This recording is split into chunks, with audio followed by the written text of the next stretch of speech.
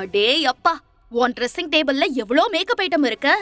இதெல்லாம் வாங்குறதுக்கு என் புள்ள லட்சக்கணக்கில் செலவு பண்ணிருப்பான் போல இருக்கே. ஆனா நித்யா அப்படி கிடையாது. உன்கிட்ட இருக்கிற மாதிரி காஸ்ட்லியா அவகிட்ட எந்த பொருளும் இருக்காது. அவ மேக்கப் கூட போட்டுக்க மாட்டா என்று வசுந்தரா கூறினாள். அதெல்லாம் உங்களுக்கு எப்படி தெரியும் ஆண்டி?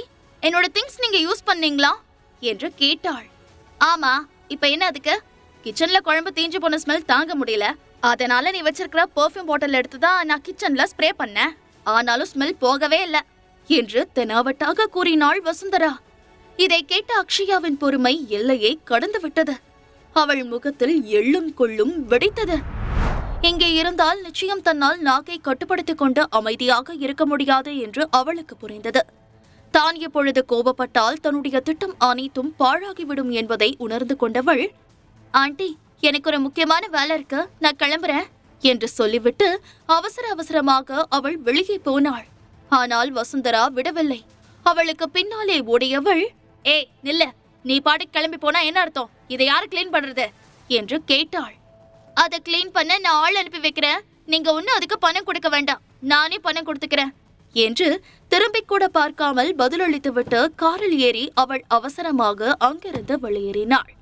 இப்படி கொஞ்சம் கூட பொறுப்பில்லாம நீ பாட்டுக்கு காரை ஓட்டிட்டு போறியே. உன் வயித்துல இருக்கிறதே இந்த குடும்பத்தோட வாரிசு. அதை பத்திரமா பாத்துக்கணும்னு உனக்கு கொஞ்சம் கூட அக்கறையே இல்லையா என்று வசுந்தரா வாசலில் நின்று புலம்பிக் கொண்டிருந்தாள்.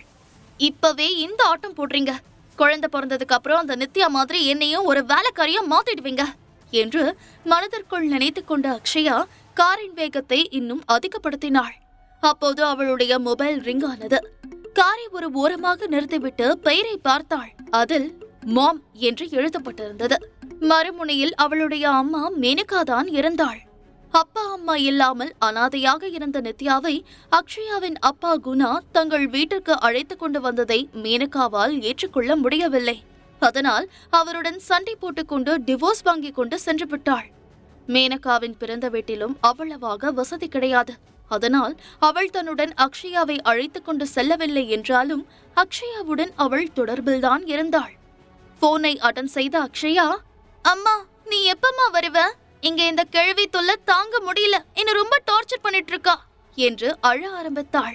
தன் மகளின் அழுகை குரலை கேட்டவுடன் மேனகாவிற்கு மிகவும் வருத்தமாக இருந்தது. நடந்தது அனைத்தையும் தெரிந்து கொண்ட மேனகா, அக்ஷயா, எனக்கு இங்க சில முக்கியமான வேலை இருக்கு. இன்னும் 1 மாசம் என்னால அங்க வர முடியாது. அந்த கிழவி உன்னை இவ்ளோ பேச்சு பேசிருக்காளா? ஏ, நீ எதிர்த்து அவ கூட சண்டை போடலையா என்று கேட்டாள். போடணும்னு தான் தோணுச்சுமா, ஆனாலும் நான் பல்ல கடிச்சுக்கிட்டு பொறுமையா இருந்தேன் என்று அக்ஷயா கூறவும், அதுவும் நல்லதுக்குதான், கொஞ்ச நாள் பொறுமையா இரு. உனக்கும் பிரகாஷுக்கும் கல்யாணம் ஆகட்டும். ஆன உடனே இந்த தாய் கழுவிய நாம வச்சு செஞ்சிடலாம் என்று மேனகா கூறினாள். சரிம்மா, அப்புறம் இன்னொரு விஷயம், நித்யாவோட ரிசல்ட்ட மாத்தி எழுத சொன்ன விஷயம் அவளுக்கு தெரிஞ்சிருச்சு. அந்த விஷயம் இப்ப பிரகாஷுக்கும் தெரிஞ்சிருச்சு. அதுல இருந்து அவர்கிட்ட நிறைய சேஞ்சஸ் தெரியுது. அதை பார்க்கும்போது எனக்கு ரொம்ப பயமா இருக்கு என்று கூறினாள். நீ ஒன்னும் ஃபீல் பண்ணாத, எனக்கு அந்த டாக்டர் ரொம்ப வருஷமா பழக்கம், அவங்க நம்மள காட்டி கொடுக்க மாட்டாங்க என்று ஆறுதல் படுத்திய மேனகா போனை கட் செய்தாள். அதன் பிறகு அக்ஷயா பிரகாஷுக்கு கால் செய்தாள். மறுமுனையில் ரிங் போனதை தவிர அவன் போனை அட்டன் செய்யவே இல்லை. அதை பார்த்தவுடன் அவளுக்கு ஆத்திரமாக இருந்தது. அவள் உடனே போனை தூக்கி பின்சீட்டில் போட்டுவிட்டு பிரகாஷ் கம்பெனிக்கு தான் செல்கிறானா என்பதை செக் பண்ணுவதற்காக சென்றாள். இரவு மணி 8:30. ஹோட்டல் அறையில் இருந்த நித்யா மாஸ்க்மேனுக்காக காத்து கொண்டிருந்தாள். அவனுடைய உண்மையான அடையாளத்தை பற்றி ஜெனி கூறியது முதல் அவள் மனம் மிகவும் குழப்பமாக இருந்தது. அவள் உடனே தன்னுடைய மொபைலில் 7 ஸ்டார் புரொடக்ஷன் நிறுவனத்தை பற்றியும் அதன் சேர்மன் பற்றியும் சோஷியல் மீடியாவில் தேடத் தொடங்கினாள். அவனை பற்றிய அதிக தகவல்கள் எதுவும் அதில் இல்லை. அதனுடைய நிறுவனத்தை பற்றிய பினான்சியல் நியூஸ் மற்றும் பிசினஸ் பற்றி மட்டும்தான் அதில் இருந்தது. தற்பொழுது அந்த நிறுவனம் உங்களில் யாரு அடுத்த மீனா என்ற ஒரு டேலண்ட் ஷோவை நடத்தி கொண்டிருந்தது. அதை பற்றி பார்த்து கொண்டிருந்தவள் பின்னால் இருந்து வந்த, ஹாய் பேபி கேர்ள், என்ன பார்த்துட்டு இருக்க என்ற குரல் கேட்கவும் திடுக்கிட்டு திரும்பி பார்த்தாள். அங்கே அந்த மாஸ்க்மேன் தான் நின்று கொண்டிருந்தான். அவனை பார்த்தவுடன் அவளுடைய இதயம் படபடவென்று அடித்துக் கொண்டது. குற்ற உணர்ச்சியுடன் அவசரமாக மொபைலை க்ளோஸ் செய்த அவள், ஓ நீங்களா, இப்பதான் வந்தீங்களா, வாங்க சாப்பிடலாம் என்று சமாளித்தாள். அவளுடைய கண்களை உற்று பார்த்து கொண்டே, சரி என்று கூறியவன், என்ன பேபி கேர்ள், என்னை பத்தி தெரிஞ்சுக்கணும்னு ரொம்ப ஈகரா இருக்க போல இருக்கு என்று கேட்டான். உடனே பயந்து போன நித்யா நாக்கை கடித்துக் கொண்டு, அது நான் என்று தடுமாறினாள். நான் தான் உன்கிட்ட ஏற்கனவே சொல்லியிருக்கேனே, நேரம் வரும்போது நானே சொல்லுவேன்னு. அதுக்குள்ள எதுக்கு அவசரப்படுற? நீ நினைக்கிற மாதிரி நான் ஒன்னும் ரோஹித் கிடையாது. இனிமே இந்த மாதிரி டிடெக்டிவ் வேலை எல்லாம் பார்க்காத. என்ன சரியா பேபி கேர்ள் என்று கேட்டான். அவள் இதயம் படபடவென்று அடிக்க ஆரம்பித்தது. தான் கையும் களவுமாக மாட்டிக்கொண்டதை நினைத்து அவளால் கண்களை திறந்து மாஸ்க் அணிந்திருந்த அவனுடைய முகத்தை கூட பார்க்க முடியவில்லை. அதை பற்றி அவனும் பெரிதாக எடுத்துக்கொள்ளவில்லை. அவனுக்காக அவள் வெஜிடபிள் சூப், காளான் fry, chicken lollipop, egg gravy என்று அவனுக்கு பிடித்த அனைத்தையும் தயார் செய்திருந்தாள். அது அனைத்தையும் ஒரு பிடி பிடித்த அவன், வெரி குட், எல்லாமே சூப்பரா இருக்கு என்று பாராட்டினான். அவனை பார்த்த நித்யா, நான் உங்ககிட்ட ஒரு முக்கியமான விஷயத்தை பத்தி கேட்கணும். நிச்சயமா இது உங்களோட அடையாளத்தை பத்தி கிடையாது என்று கூறவும், தாராளமா கேட்கலாமே, இப்போ உனக்கு என்ன டவுட் பேபி கேர்ள் என்று அவன் கேட்கவும், நீங்க ஒரு கேயா, ஐ மீன் ஓரின சேர்க்கையாளரா என்று தயங்கிக் கொண்டே கேட்டாள். அதை கேட்டவுடன் அவன் ஏதோ ஜோக்கை கேட்டவன் போல வாய்விட்டு சிரித்தான். பிறகு அவளுடைய மூக்கை பிடித்து நிமிட்டிக்கொண்டு, ஓ, மேடத்துக்கு அந்த டவுட் எல்லாம் வேற இருக்கா? இவ்ளோ நாள் என் கூட இருந்திருக்கியே, நான் அப்படிப்பட்டவனா என்று அவளுடைய கண்களை பார்த்து கேட்டான். அவன் கூறியதை கேட்டவுடன் அவளுக்கு என்னவோ போல ஆகிவிட்டது. ஜெனி சொன்னதை நம்பி இப்படி ஒரு முட்டாள்தனமான கேள்வியை அவனிடம் கேட்டதற்காக அவள் தன்னையே நொந்து கொண்டாள். அடுத்த நாள் காலை அவள் கண் விழிப்பதற்கு முன்பாகவே மாஸ்க் மேன் அங்கிருந்து கிளம்பிவிட்டான். நித்யாவிற்கு எழுந்திருக்கவே முடியவில்லை. மிகவும் டயர்டாக இருந்தது. கடந்த சில நாட்களாக அவளுக்கு கார் ஷோரூம் மாடல்களுக்கான மேக்கப் வேலை இருந்தது. அதனால் அவளால் தன்னுடைய பெரியப்பாவை சென்று பார்க்க முடியவில்லை. இன்று எப்படியாவது அவரை சென்று பார்த்துவிட வேண்டும் என்று நினைத்தாள். அதனால் அவசரமாக பெட்டில் இருந்து எழுந்தவள் அவருக்கு பிடித்த சிக்கன் சூப்பையும் முட்டை பொரியலையும் செய்து எடுத்துக்கொண்டு ஹாஸ்பிட்டலுக்கு கிளம்பினாள். ஆட்டோவில் செல்லும் பொழுது மீண்டும் அவளுக்கு மாஸ்க்மேனின் ஞாபகம் வந்தது. இவர் யாரு என்னன்னு இன்னும் என்னால கண்டுபிடிக்க முடியல. ஆனா ஜெனி சொன்ன மாதிரி இவர் நிச்சயம் ஒரு கேயா இருக்க முடியாது. அந்த மாதிரி இருக்கிறவங்க பொண்ணுங்க கிட்ட இன்ட்ரெஸ்ட் காட்ட மாட்டாங்க என்று அவள் யோசித்துக் கொண்டிருக்கும் போதே ஹாஸ்பிட்டல் வந்துவிட்டது. அவளுடைய பெரியப்பாவிற்கு சற்று உடல்நிலை தேறி இருந்தது.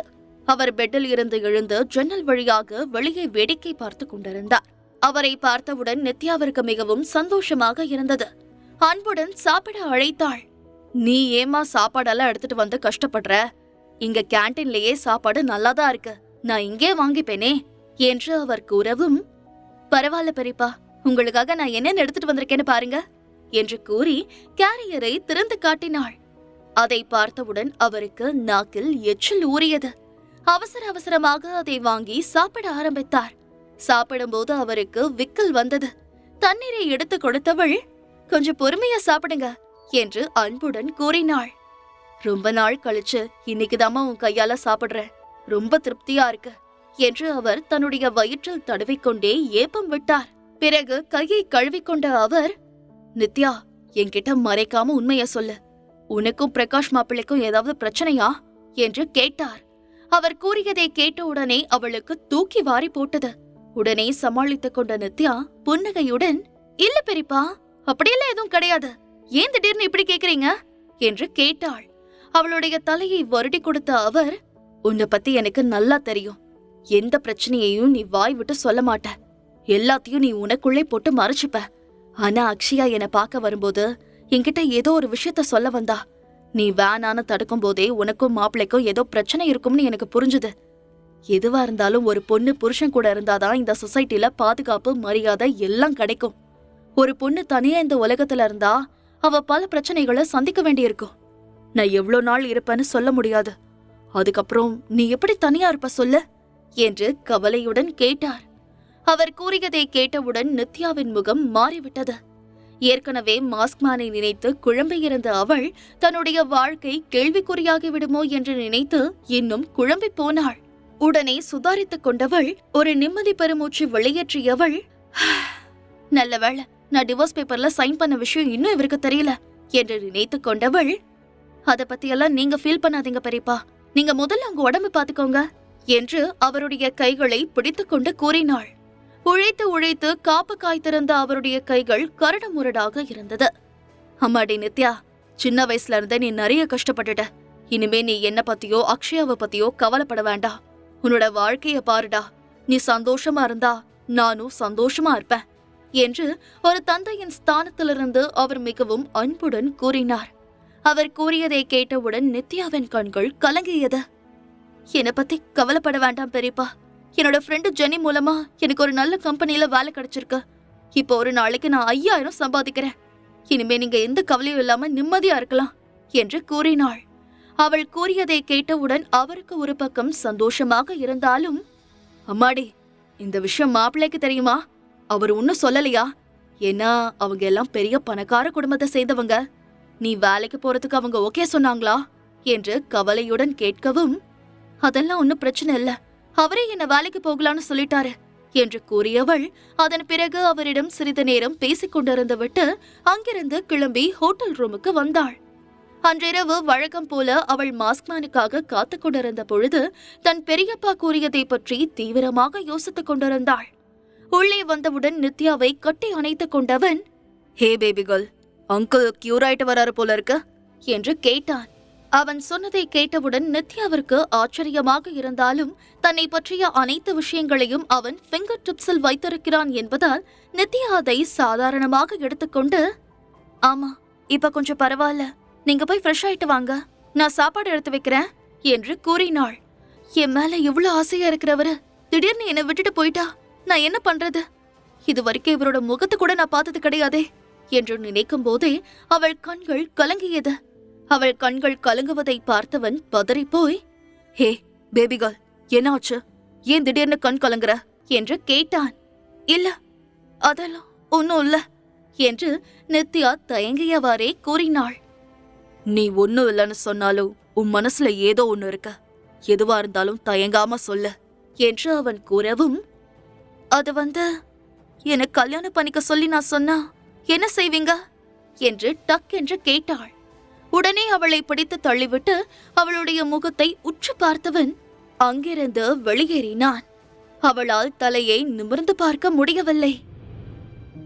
முழு கதையையும் கேட்டு மகிழ பாக்கெட் FM ஆப்பை டவுன்லோட் செய்யுங்கள்.